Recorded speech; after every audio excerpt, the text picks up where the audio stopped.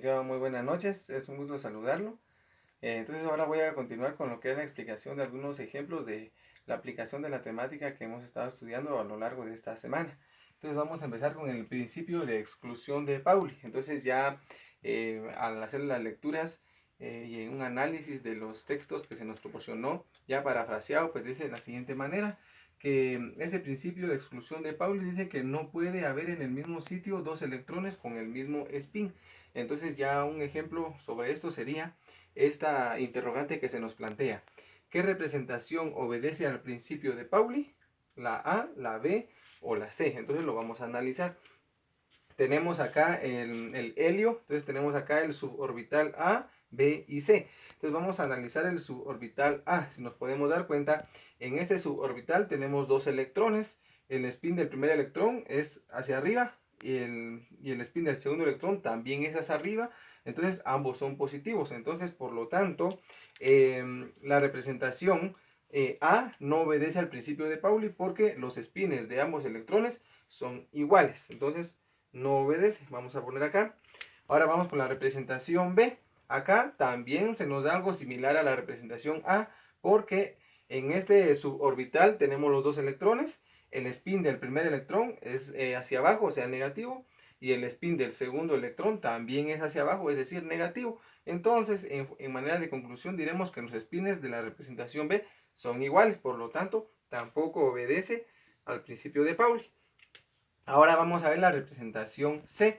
Y acá nos podemos dar cuenta que en este suborbital el spin del primer electrón es hacia abajo, es decir, negativo.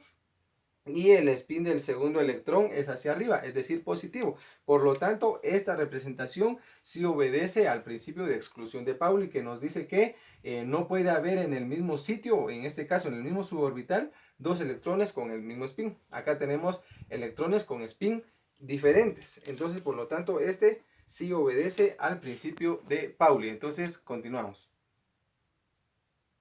Muy bien, entonces para continuar con el segundo ejemplo, ya vimos lo que es un ejemplo conceptual. Ahora vamos a ver un ejemplo aplicando pues una de las bastantes fórmulas que tenemos en esta temática. Entonces, el enunciado del texto del problema dice así: calcule la energía de cierto estado en ausencia de campo magnético cuando n es igual a 2, sin importar pequeñas diferencias causadas por el spin. Bueno, entonces analizando este pequeño texto del problema que se nos da, podemos extraer el dato que, bueno, el único dato que necesitamos, que es el de n. Entonces decimos que nuestro dato, en este caso, solamente es n igual a 2. Después de ver que nuestro dato es n igual a 2, vamos a ver la variable a calcular. En este caso dice calcule la energía. Entonces acá la variable a calcular es la energía. Entonces esto es lo que tenemos que encontrar. Ahora bien, ya tenemos acá los datos y la variable a calcular. De acuerdo a la variable a calcular, se me plantea también que la ecuación que puedo utilizar es esta que tengo acá. Entonces la ecuación dice de la siguiente manera: menos 13.6 electronvolts partido n al cuadrado. Entonces ya hice el planteamiento de la ecuación. Ahora, ¿qué es lo que voy a hacer? Únicamente sustituir los valores que me corresponden. Entonces, menos 13.6 electronvolts dividido n, pero el valor de n es 2, es decir, 2 al cuadrado. Esto es igual a menos 13.6 electronvolts dividido 4. Entonces, si hacemos esto en la calculadora, me da un resultado de menos 13.6 dividido 4, me da menos 3.4. Es decir que E sub n es igual a menos 3.4 y la unidad de medidas que estamos manejando acá son los electronvolts.